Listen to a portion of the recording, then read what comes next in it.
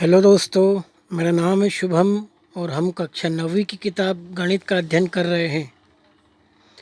अध्याय 1। पाठ का नाम है संख्या पद्धति। इसे अगर हम इंग्लिश में पढ़ें तो इसे बोला जाता है नंबर सिस्टम। यहाँ पर हम एक सिस्टम के बारे में, एक पद्धति के बारे में सीखेंगे जो कि होती है संख्याओं की, नंबर्स की। आपने पहले की कक्षाओं में पढ़ा होगा कि वास्तविक संख्याएं होती है, अवास्तविक संख्याएं होती है, पूर्णांक होते हैं, पूर्ण संख्याएं होती है।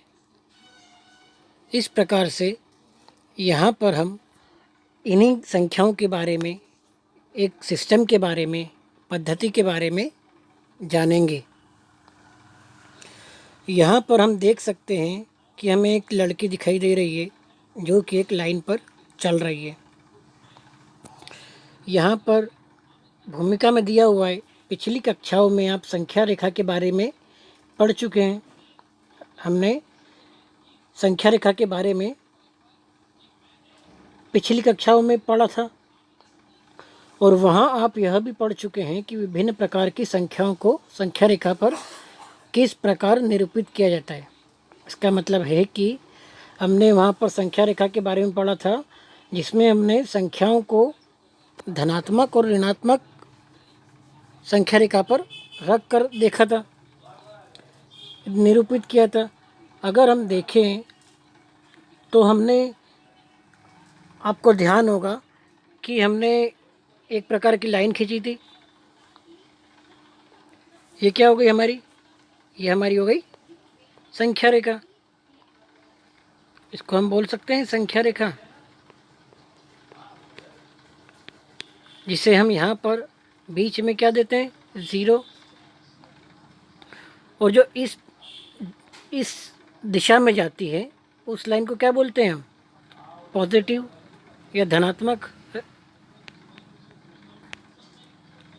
इस प्रकार से हम धनात्मक बोलते हैं जो 0 के इस साइड जाए, और जो 0 के उल्टी दिशा में जाए धनात्मक के, उसे हम क्या बोलते हैं? ऋणात्मक, नेगेटिव।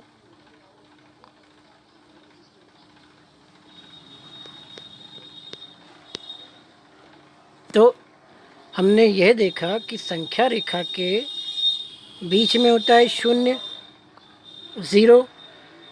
उसके धनात्मक पॉजिटिव साइड में होते हैं धनात्मक संख्याएं। क्या कहलाएंगी? ये धनात्मक संख्या। और 0 के धनात्मक के उल्टी साइड में, 0 के उल्टी दिशा में अगर जाएंगे तो वो क्या कहलाएगा? ऋणात्मक संख्याएं। इतना तो हम जान गए। आइए हम 9वीं की पुस्तक में देखते हैं कि हमें यहाँ पे क्या जानकारी दी गई है। यहाँ पर विभिन्न प्रकार की संख्याओं को संख्या रेखा पर किस प्रकार निरूपित किया जाता है ये हम देखेंगे। आप देख सकते हैं यहाँ पे एक संख्या रेखा है, यहाँ पे संख्या रेखा आप देख सकते हैं, ये वाली, ठीक है। इसमें आपको यहाँ पर पॉजिटिव नंबर दिख रहे हैं और इधर आपको 1 2 3 जो कि नेगेटिव ऋणात्मक चिन्ह के साथ में यहाँ पे संख्याएं लिखी हुई है। और यहाँ पे कोई चिन्ह नहीं लगा हुआ है तो हम यह मान के चलते हैं कि यहाँ पे धनात्मक का चिन्ह लगा है और ये हमारी एक संख्या रेखा हो गई, ठीक है। कल्पना कीजिए कि आप 0 से चलना प्रारंभ करते हैं, जिस प्रकार हमने यहाँ पे देखा कि हमने यहाँ पे सबसे पहले किसको रखा था? 0 से। कि हमने माना कि हम कहाँ से चलना शुरू करते हैं? 0 से। और इस रेखा पर धनात्मक दिशा में चलते जा रहे हैं। देखो इस लड़की को, जैसा कि हमने पहले भी हमारा देखा कि अगर हम इस जगह जाएंगे तो हम पहले धनात्मक दिशा में चलते जा रहे हैं। जहाँ तक आप देख सकते हैं वहाँ तक आपको संख्याएं संख्याएं और संख्याएं दिखाई पड़ती है। हम कितना भी आगे चले जाएं तो हमें क्या है? धनात्मक दिशा में क्या दिखाई देगी? नंबर से दिखाई देंगे, 1 2 3, और आगे बढ़ते जाएंगे तो हमें बहुत सारे नंबर दिखाई देंगे जहाँ तक हम चलते जाएंगे। आगे बढ़ते हैं। अब मान लीजिए कि आप संख्या रेखा पर चलना प्रारंभ करते हैं, ठीक है। जिस प्रकार से हमने यहाँ पे इस दिशा में क्या करा, चलना प्रारंभ करा। आप देख सकते हैं इस गुड़िया ने भी, इस लड़की ने भी क्या करा था, इस दिशा में, धनात्मक दिशा में चलना प्रारंभ किया। तो यहाँ पर बोला गया है कि और कुछ संख्याओं को एकत्रित करते आ रहे हैं। अब आप क्या कर रहे हैं, कुछ संख्याओं को एकत्रित करते आ रहे हैं। एकत्रित करना मतलब कलेक्शन करना, मतलब कि एक झोले में रखना। इस संख्याओं को रखने के लिए आपके पास क्या है, देखो यहाँ पे थैला दिया गया है। अब संभव है कि हम जीरो से चलना चालू किए थे, हमें क्या मिलेगा यहाँ पे, सबसे पहले जीरो के बाद एक मिलेगा। देखो हमारी यहाँ पे संख्या रेखा पे हमने एक मिला, फिर दो मिला, तीन मिला। इस प्रकार से अगर यहाँ पे हम निरूपित करते हैं तो एक, दो, तीन, इस प्रकार से हमें हमारी संख्याएं मिलती जाएंगी और हम संख्याओं को एक थैले में भरते जाएंगे। देखो ये थैला आपको दिख रहा है, इस प्रकार के थैले में हम इसे भरते जाएंगे। संभव है कि हमें आप एक, दो, तीन आदि जैसी केवल प्राकृत संख्याओं को उठाना प्रारंभ करेंगे। इसका मतलब क्या हुआ कि ये कहना चाह रहा है हमें कि अगर हम आगे बढ़ेंगे तो हमें कौन कौन सी संख्या मिल गई है, यहाँ पर एक, दो, तीन, चार, पाँच, आगे बढ़ते गए तो हमें अनगिनत संख्याएं मिलेंगी।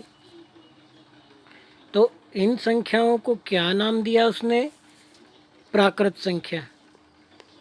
क्या नाम दिया, प्राकृत संख्या।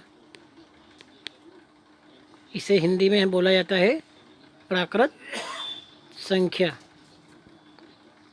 और अगर इन्हीं संख्याओं को अंग्रेजी में बात करें तो बोला जाता है नेचुरल नंबर, नेचुरल नंबर्स। बच्चों मैं आपको एक सलाह दूंगा कि अगर आप हिंदी के साथ साथ अंग्रेजी शब्दों का भी ज्ञान ले लें। छोटे छोटे शब्द हैं कि प्राकृत संख्याओं को क्या बोलते हैं इंग्लिश में, और आगे भी जो पढ़ेंगे तो नवीं से आप ये सीखते जाना कि हम अंग्रेजी, हिंदी के साथ साथ, हिंदी माध्यम के साथ साथ थोड़ा ज्ञान हम अंग्रेजी भाषा का भी ले लें। क्योंकि अगर आप आगे अगर गणित विषय लेते हैं तो 11वीं 12वीं के बाद आपको यह बहुत ही सहायता करेगा, बहुत ही आपकी मदद करेगा। क्योंकि आगे गणित विषय लेने के बाद हमें इंजीनियर बनते हैं। तो आप बच्चों आगे 11वीं 12वीं के बाद अगर गणित विषय लेके कॉलेज में जाएंगे तो आपको इंजीनियरिंग करने को मिलेगा। आपको साइंस वैज्ञानिक बनने के लिए आप इंजीनियरिंग करेंगे, टेक्नोलॉजी के विषय लेंगे तो आपको अंग्रेजी में ही पढ़ना पड़ेगा। इसीलिए आप हिंदी माध्यम से हो तो कोई दिक्कत नहीं, लेकिन आप अंग्रेजी भाषा का भी ज्ञान लेते चलें। तो हम आगे बढ़ते हैं। तो हमने देखा कि हमने यहाँ पे प्राकृत संख्याओं के बारे में सीखा कि एक से लेके हमारे जो कि अनगिनत संख्याएं होती हैं, हम संख्याओं को गिनते जाएं, जो संख्याएं कभी ख़त्म नहीं होती है उसे अनगिनत कहा जाता है और उसे इस चिन्ह के द्वारा बताया जाता है। आप यहाँ पे चिन्ह देख सकते हैं, ये चिन्ह, इसे बोला जाता है इन्फिनिटी। इसे क्या बोला जाता है, इसे अनगिनत बोला जाता है। इस चिन्ह को हम क्या कहेंगे, इस चिन्ह को हम कहते हैं अनगिनत हिंदी में। तो ठीक है, यहाँ पर हिंदी में कहलाएगा ये अनगिनत, और इसे अंग्रेजी में कहते हैं इन्फिनिटी।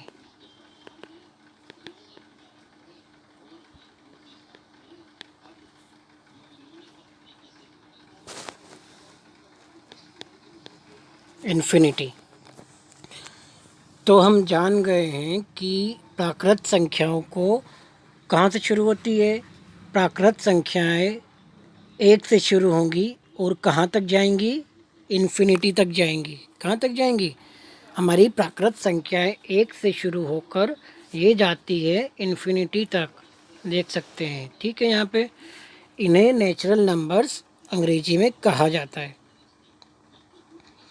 अब हम आगे बढ़ेंगे तो हम देखते हैं कि यहाँ पर हम आप जानते हैं कि यह सूची सदैव बढ़ती जाएगी। अब हम तो आगे बढ़ते जाएंगे, नंबर्स तो अनगिनत हैं।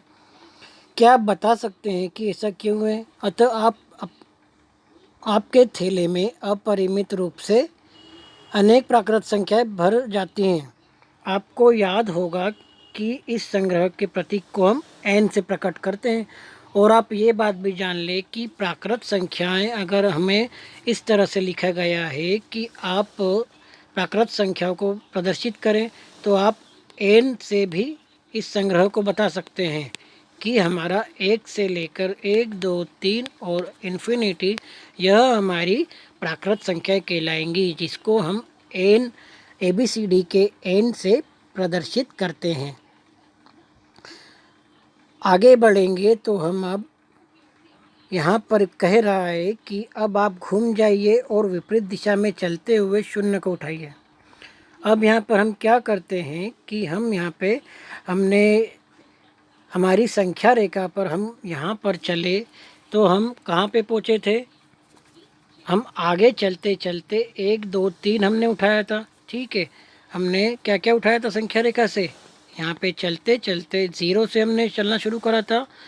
हम ज़ीरो से चलना नहीं शुरू करा था, ज़ीरो से हम आगे बढ़े थे। तो हमें ज़ीरो से आगे बढ़े तो हमें क्या मिला था? एक। ठीक है, ज़ीरो से हम आगे बढ़े तो हमें मिला था एक। जिस प्रकार मैं यहाँ से फिर से आपको अच्छे तरीके से बताऊँ कि हमने ज़ीरो से आगे बढ़े थे। ठीक है, अभी हमने ज़ीरो से आगे बढ़े तो हमें एक मिला। फिर हमें यहाँ पे क्या मिलेगा? एक के बाद दो मिला, फिर दो के बाद तीन मिला। फिर हम चलते गए तो हमारा नंबर बढ़ते गए। फिर हम यहाँ से वापस उल्टी दिशा में वापस आए तो हमें यहाँ पर अब वापस हम यहाँ पर एक के बाद क्या आया? यहाँ पे हमारा ज़ीरो हमने उठाया, क्योंकि हमने तो ज़ीरो से आगे बढ़े थे, ज़ीरो तो हमने छोड़ दिया था, इसलिए हमने ज़ीरो को अब भी उठा लिया। तो हमने ज़ीरो को जब उठा लिया तो हमारे पास यहाँ पर क्या बोल रहा है, देखते हैं। अब आप घूम जाइए और विपरीत दिशा में चलते हुए शून्य को उठाइए। देखो यहाँ पे लिखा हुआ है कि हमें यहाँ पर विपरीत दिशा में बढ़ते हुए शून्य को उठाना है। उसे भी थैले में रख दीजिए।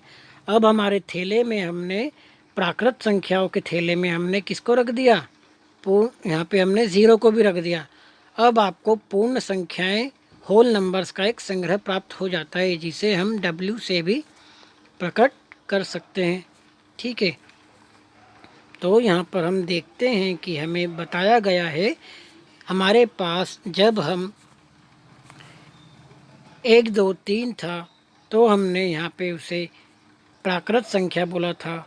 लेकिन अब हम जब शून्य को भी उठाते हैं तो हमारे थैले में क्या क्या मिल गया? हमारे थैले में हो गया शून्य, एक, दो, तीन, चार और बहुत सारी संख्याएं। उसे हम अभी नहीं लिखेंगे, क्योंकि हमने जो जो थैले में रखा है हम उनको देखेंगे। अब हम इस संग्रह हमारे पास जो मिला है, इसको हम क्या बोलते हैं? इसे हम बोलते हैं होल नंबर्स, और हिंदी में हम बोलेंगे इसे पूर्ण संख्या। हिंदी में क्या बोलते हैं? पूर्ण संख्याएं। मतलब कि हमारी जो प्राकृत संख्याएं थी वो ज़ीरो के मिलने से पूर्ण हो चुकी है। ज़ीरो के मिलने से क्या हो गई है? पूर्ण हो गई है। तो ये कहलाएंगी पूर्ण संख्याएं। ठीक है, तो हम यहाँ पे संख्या रेखा पर हमने एक, दो, तीन को भी उठाया और अब इस ज़ीरो को भी उठा लिया। तो हमें क्या प्राप्त हुआ? पूर्ण संख्याएं। और हम ये जानते हैं कि पूर्ण संख्याओं को हम अंग्रेजी में भी सीखेंगे, तो पूर्ण संख्याओं को हम बोलते हैं होल नंबर। क्या बोलते हैं? Whole numbers. ठीक है, और इसे हम प्रदर्शित करेंगे तो हमारा W कहलाएगा। इस प्रकार से हम देखेंगे कि हमारी जो संख्याएं थी होल नंबर्स में, वो यहाँ पे ये इस सेट में हमारा हो जाएगी, जिसे हम W से प्रदर्शित कर सकते हैं। ठीक है, तो हमने सीखा कि प्राकृत संख्याएं जो कि 1 से शुरू होती है और अनगिनत तक जाती हैं। फिर हमने सीखा कि पूर्ण संख्याएं जो कि प्राकृत संख्याओं में अगर हम 0 उठा के रख दें तो वो प्राकृत संख्याएं हमारी पूर्ण संख्याएं में बदल जाती है।